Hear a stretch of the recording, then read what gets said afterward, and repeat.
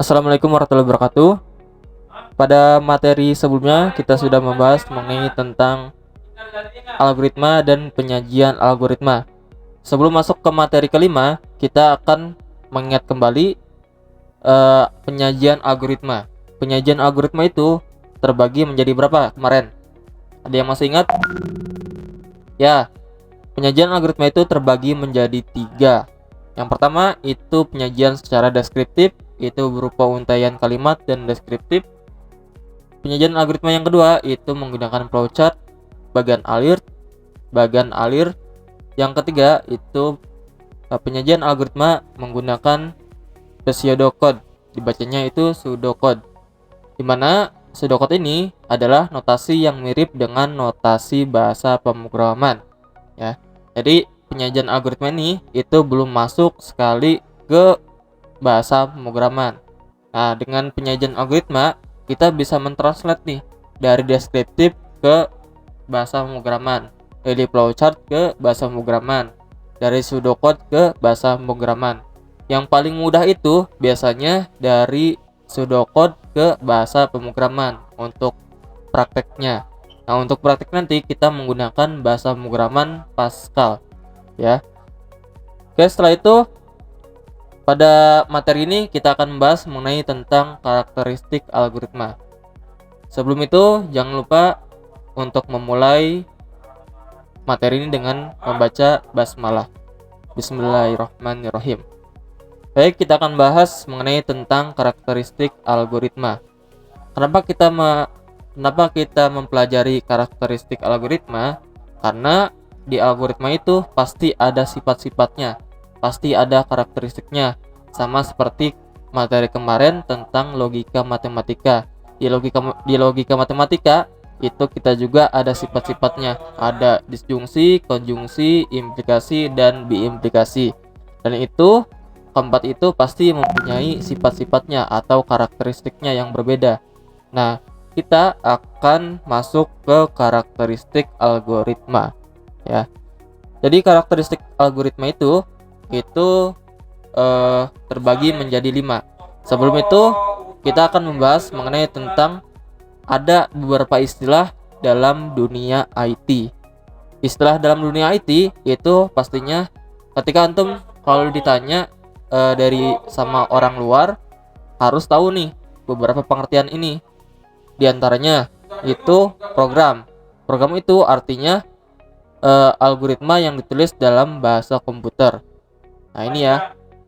Arti dari program itu adalah algoritma yang ditulis dalam bahasa komputer. Dan yang kedua itu bahasa pemrograman.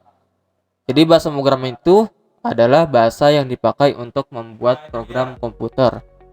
Dan pastinya itu menggunakan aturan logika komputer, di mana logika komputer itu terapannya dari logika matematika, ya. Dan yang ketiga itu pemrogram. Udah pasti tahu ya kalau pemrogram itu apa? Pemrogram itu artinya orang yang membuat program komputer, ya. Jadi pemrogram adalah orangnya, ya. Dan yang terakhir itu ada pemrograman. Kalau pemrograman itu artinya kegiatan merancang dan menulis program. Nah, itu pengertian dari beberapa istilah dalam dunia IT. Kalau misalnya dari orang luar ditanya apa sih itu program, apa sih itu bahasa pemrograman, apa sih itu pemrograman, apa sih itu kelas IT, nah pasti antum harus tahu, ya. Yang sampai kalau orang lain tanya kelas IT itu apa, kalau nggak tahu ya harus tahu, ya. Oke, kita masuk ke karakteristik algoritma. Karakteristik algoritma itu terbagi menjadi 5 bagian, ya. 5-nya itu ada apa saja? Yang pertama, itu algoritma harus berhenti setelah mengerjakan sejumlah langkah terbatas, ya. Yang kedua, itu setiap langkah harus didefinisikan dengan tepat dan tidak boleh berarti dua atau ambigu. Dan ketiga, algoritma memiliki 0 atau lebih masukan atau inputan. Dan yang keempat, itu algoritma memiliki 0 atau lebih keluaran. Kalau ada input pasti ada output, ya. Dan yang kelima itu algoritma harus efektif. Nah, kelima ini adalah karakteristik algoritma. Kita akan membahas satu persatu mengenai karakteristik algoritma. Yang pertama itu kita membahas mengenai algoritma harus berhenti setelah mengerjakan sejumlah langkah terbatas. Jadi algoritma itu harus berhenti. Kenapa algoritma harus berhenti?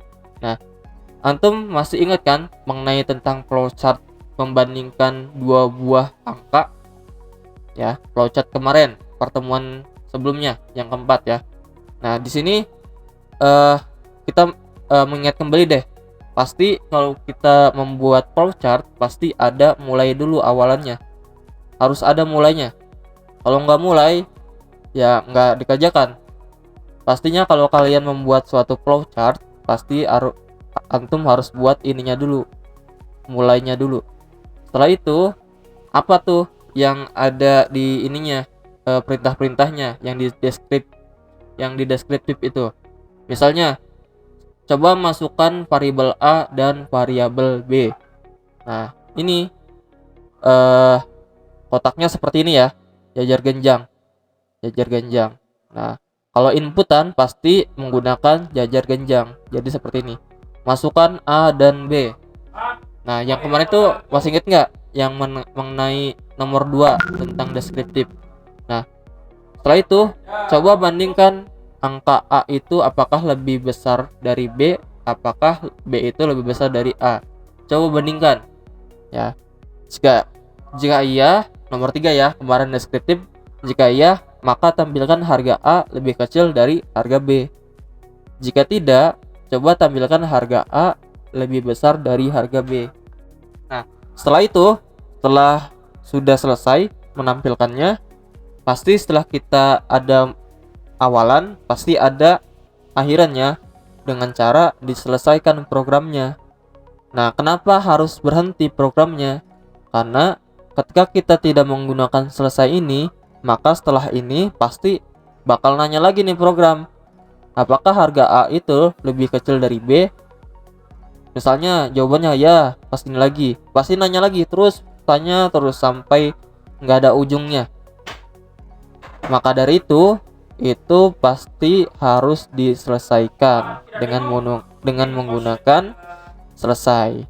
Ya, kalau di pseudocode ada and if-nya gitu ya, ada if, ada and if-nya gitu ya. Jadi program itu harus berhenti setelah dikerjakan.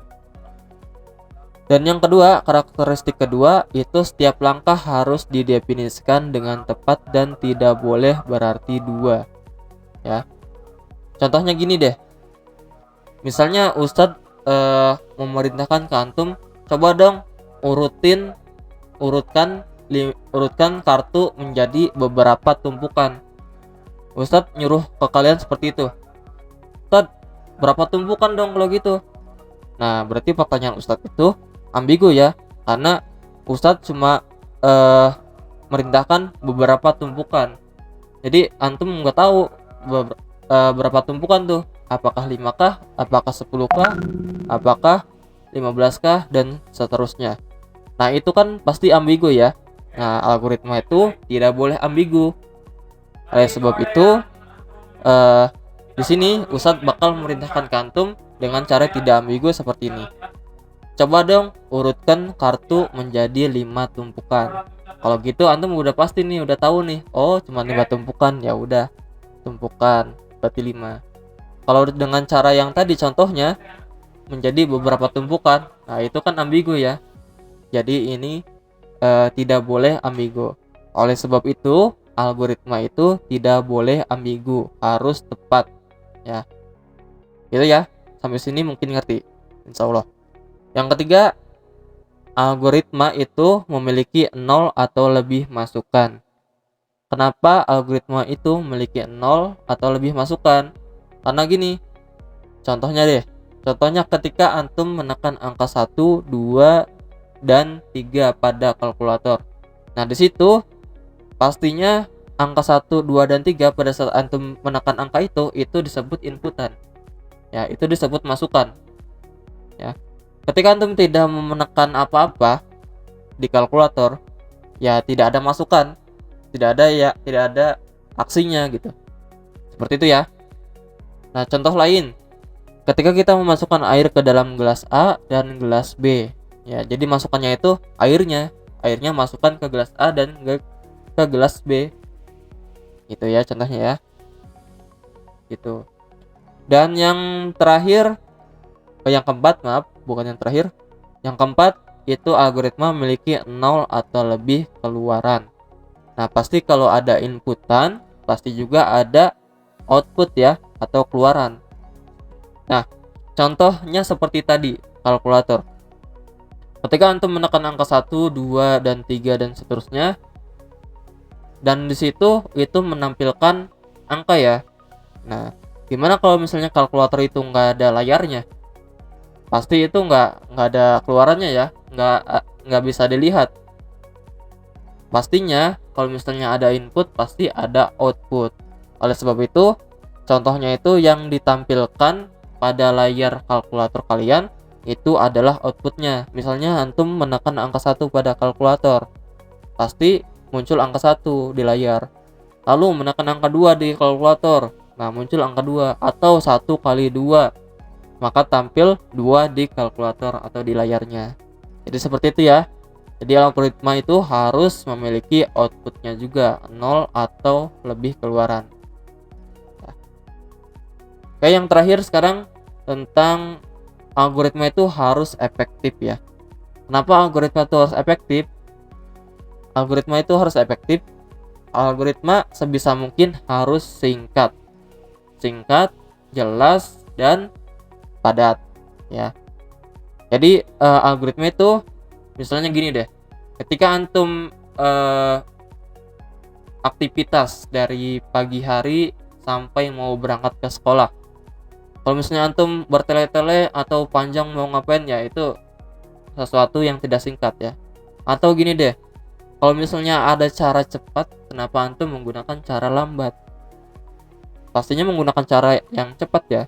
Nah, oleh sebab itu algoritma itu harus efektif, dan artinya algoritma itu harus singkat, harus menggunakan sesingkat mungkin ya, tidak bertele-tele. Gitu ya untuk karakteristik algoritma dan pengertiannya. Nanti kita akan bahas pada materi ke-6 setelah materi ini selesai. Oleh sebab itu antum harus menonton semua nih, harus sampai tuntas tontonnya tentang materi ini, karena nanti kita akan zoom seperti biasa jam 20.00 sampai jam 20.30, dimana jam itu digunakan untuk sesi absen dan sesi tanya jawab mengenai tentang materi ini. Nah, terus juga Ustadz bakal nagih ke antum, apakah antum itu sudah menonton tuntas atau belum. Kalau belum, pasti antum kelihatan tuh pas saat ditanya ya, pertanyaan-pertanyaan yang bakal dilontarkan sama Ustadz. Ya, gitu aja mungkin ya dari Ustadz. Kalau misalnya antum ada pertanyaan mengenai karakteristik algoritma dan pertanyaan lain, bisa langsung tanyakan ke grup ataupun chat langsung ke Ustadz. Sekian dari Ustadz. Wassalamualaikum warahmatullahi wabarakatuh.